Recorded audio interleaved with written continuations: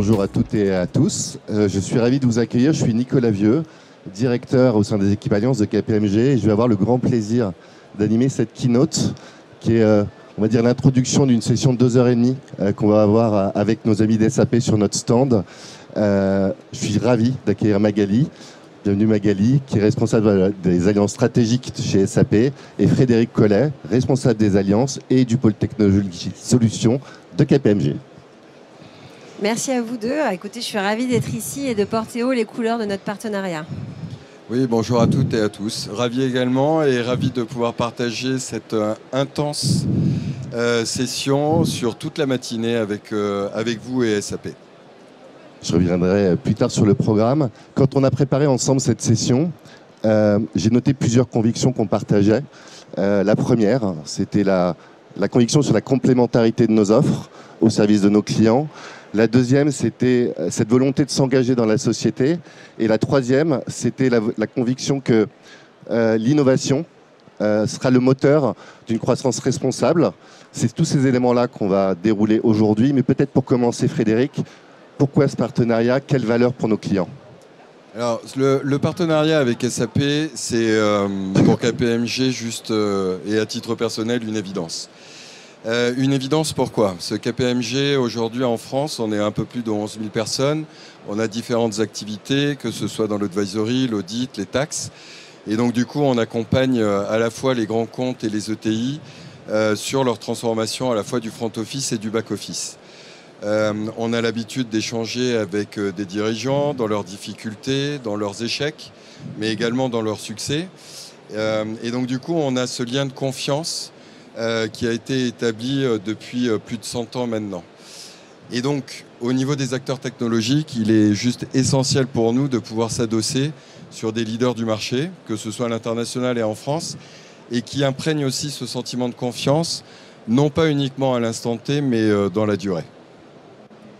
Effectivement, c'est un positionnement qui fait écho au nôtre. Depuis 50 ans, nous accompagnons nos clients dans la standardisation de leurs processus de bout en bout. Nous les aidons à passer à l'échelle et également à innover, les adapter aux évolutions du business.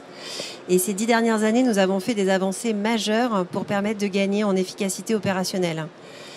L'ambition de SAP repose sur 3 piliers. Le premier, c'est l'entreprise intelligente, pour permettre aux entreprises de piloter de façon agile leur activité avec des données fiables, tout en se concentrant sur des tâches à plus forte valeur ajoutée.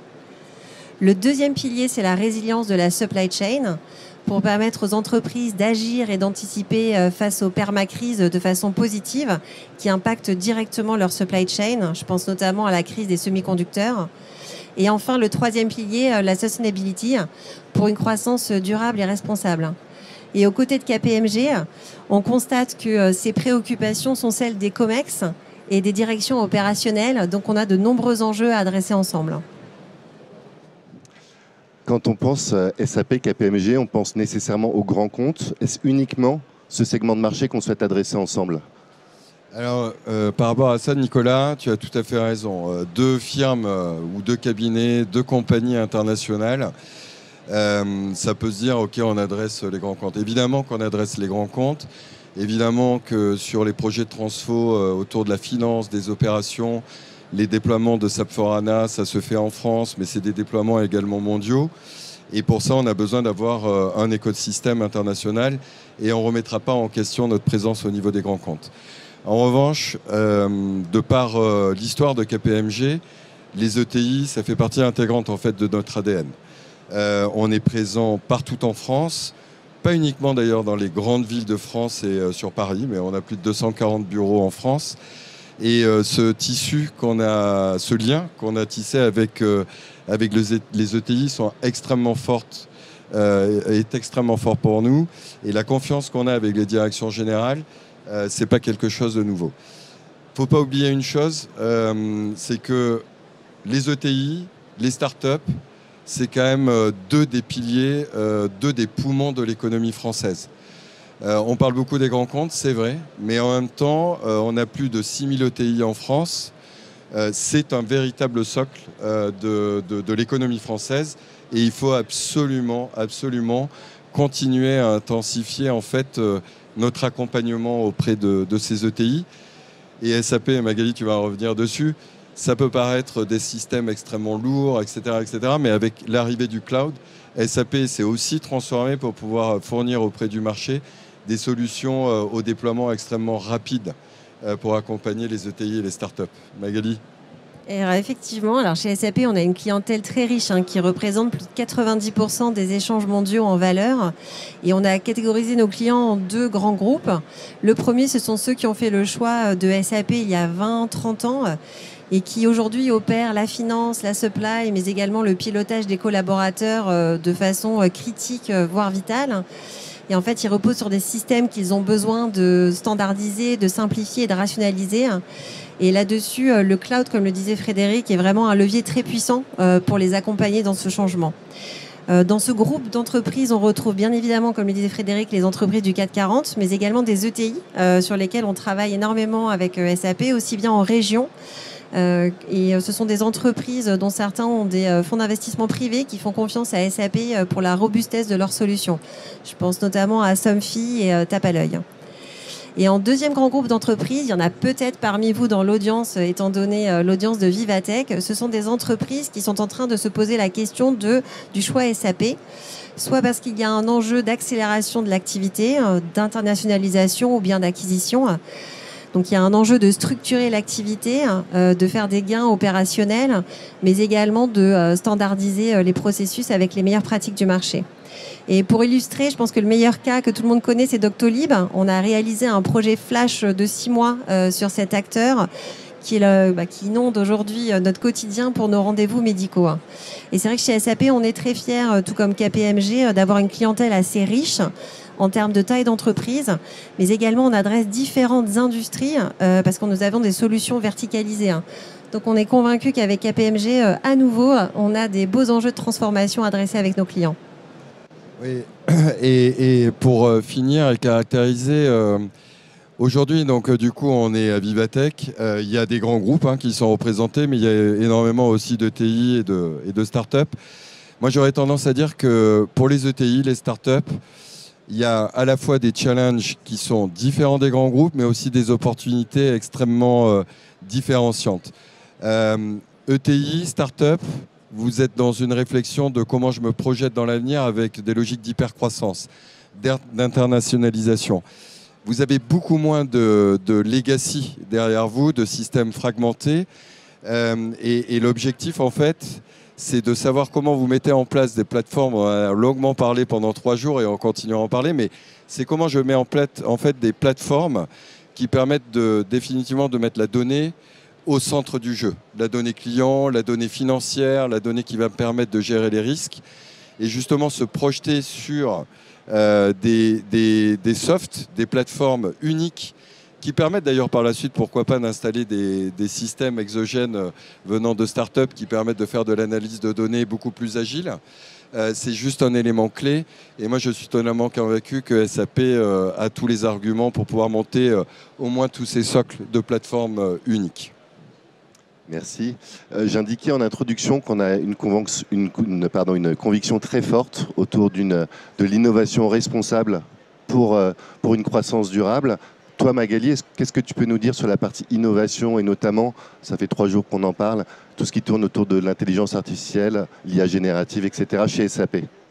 Alors exactement, premier niveau avec l'intelligence artificielle. Donc effectivement, comme tu le disais, ça fait 3 jours qu'on entend parler, donc je ne vais pas redire que ça va bouleverser notre vie au quotidien, que ce soit côté professionnel ou personnel. Mais je voulais plutôt me concentrer sur les principes directeurs qu'on s'est fixés côté SAP.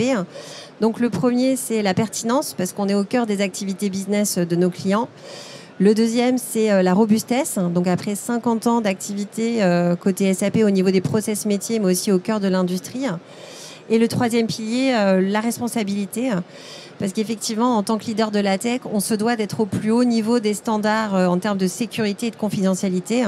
On a d'ailleurs mis en place un comité d'éthique il y a quelques années qui permet d'adresser et de s'en assurer.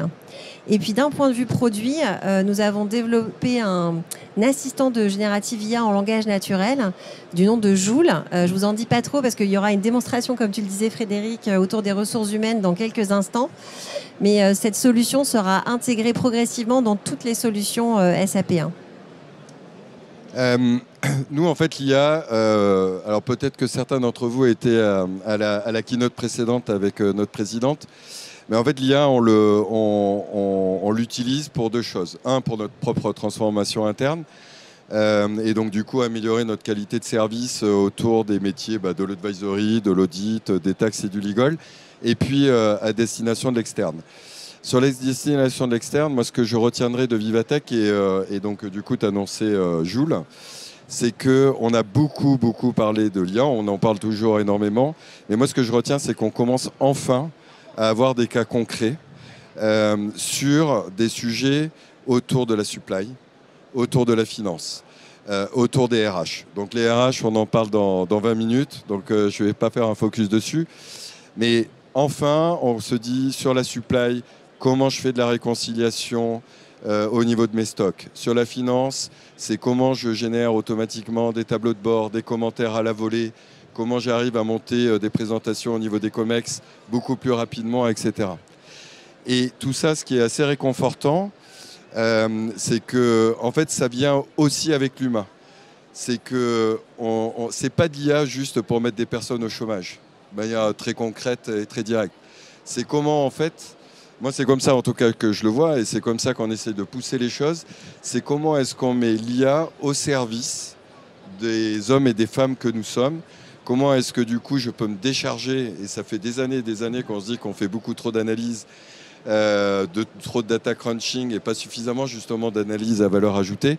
Donc, l'idée, c'est enfin, comment je peux mettre les tâches à faible valeur ajoutée de côté et comment je peux utiliser mon cerveau à bon escient pour pouvoir faire des analyses et des commentaires éclairés. Merci. L'autre enjeu majeur, c'est l'ESG. D'ailleurs, l'innovation aujourd'hui va permettre de résoudre un certain nombre des enjeux sur l'ensemble des composantes de l'ESG. Magali, est-ce que tu peux nous dire un mot sur les solutions et surtout les convictions que vous portez chez SAP sur cette thématique? Alors, je le disais en préambule, c'est vrai qu'on souhaite accompagner les entreprises pour une croissance durable et responsable. Et nous avons lancé un Green Ledger chez SAP pour capitaliser sur la compatibilité carbone adossée aux données financières. Donc l'enjeu, c'est vraiment de permettre aux entreprises d'éditer un bilan carbone auditable et fiable, on va dire le plus auditable et le plus fiable du marché, pour les accompagner encore une fois dans leur croissance durable et responsable. Et c'est vrai que chez SAP, on est très fiers d'avoir une équipe R&D en France qui travaille sur ces technologies de pointe. Et moi, je suis convaincue que l'IA et la sustainability combinées avec le support de KPMG, ce sont des technos prometteuses qui vont nous permettre d'accompagner ensemble nos clients. Ouais, alors, au niveau ESG, de manière, au niveau interne, au sein de KPMG, ça fait partie... je dirais des valeurs, puisque du coup, on a été le premier cabinet à adopter le statut de cabinet à mission. Et donc, du coup, de facto, la partie ESG, ce n'est pas que pour vendre des services auprès de l'externe, mais c'est aussi, ça fait partie aussi de nos valeurs intégrantes. On parle beaucoup de reporting, on parle beaucoup de la CSRD. Bien évidemment, les solutions technologiques et la data en fait partie. C'est quelque chose qui est juste et essentiel. La CSRD... c'est bientôt mis en œuvre pour les grands groupes. Ça sera dans un an et demi pour le monde des ETI. C'est quand même des changements fondamentaux. Moi, au-delà de ces reporting, je crois que sur la partie sustainable, il y a les plans de décarbo. Et à un moment donné, sur les plans de décarbonisation, mettre en place des solutions qui intègrent directement, notamment sur la supply, des indicateurs de consommation, des indicateurs de... Comment est-ce que j'évalue également mon écosystème de fournisseurs? Parce que du coup, il ne faut pas oublier que demain, les entreprises seront évaluées non pas sur ce qu'elles émettent en tant que telles, ce qu'elles consomment en tant que telles, mais sur ce que son écosystème, en fait, qui travaille avec elles, va émettre. Et donc, du coup, définitivement, pouvoir mettre en place dans des outils de procurement, de supply, l'ensemble de ces indicateurs dès le début, c'est juste essentiel. Et des acteurs comme SAP se doivent d'être des acteurs innovants dans le domaine. Et après, on en parle peu, mais je ferai le lien avec ce que je disais sur la partie humain. C'est qu'il y a aussi le volet humain dans la partie ESG. Il y a le pilier S. Et ça, on en reviendra par la suite.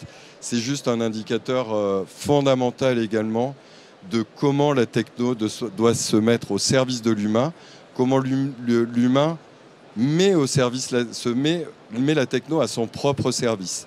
Et non pas demain de croire que la techno remplacera l'humain. Merci à tous les deux pour ces témoignages. On a normalement une session de questions pour ceux qui souhaiteraient en poser. On a eu assez peu de succès sur les questions ces 3 derniers jours. Les gens sont timides à Vivatech.